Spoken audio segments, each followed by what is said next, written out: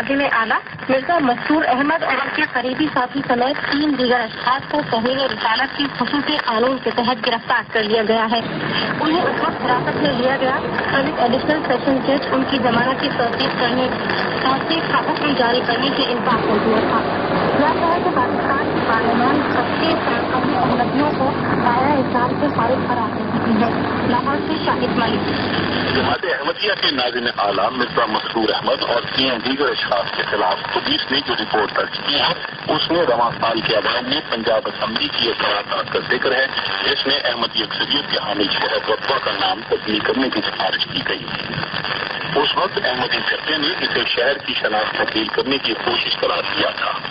बाद में जब जनाब नगर के नए नाम का कतबा नस्ब किया गया तो पुलिस रिपोर्ट के मुताबिक उस पर कुरान पाक की एक आयत की तहरीर की गई।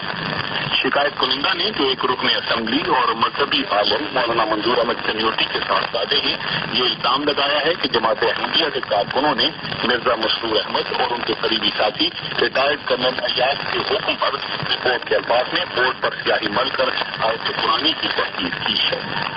चारों अफराद को आज उस वक्त हिरासत में लिया गया जब जिला चनियोट के एडिशनल सेशन जज राव सुल्तान साहिब ने फरीकैन के वकला के दलाइल सुनने के बाद जमानत की तौसीक करने से इनकार कर दिया था।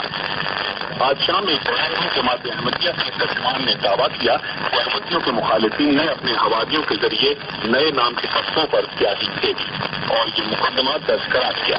पाकिस्तान में इंसानी हुकूक की तंजीमें तौहीन मजहब के कवानीन पर ये कहकर नुक्ताचीनी करती रही हैं कि उनके बकौल इन कवानीन को ज्यादातर मजहबी अक़लियतों के खिलाफ इस्तेमाल किया जाता रहा है। इस ज़िमन में ताज़ीवाद पाकिस्तान की फसाद 295 खासतौर पर मुरीद तनकीद रही है जिसके तहत तौहीन रिसालत का जुर्म साबित होने की सूरत में सजाए मौत सुनाई जाती है। लेकिन 295 की रोज़ जिसके तहत इन 4 अफराद को गिरफ्तार किया गया उम्र कैद की मुआदी हो सकती है। शाहिद नमूद BBC लाहौर।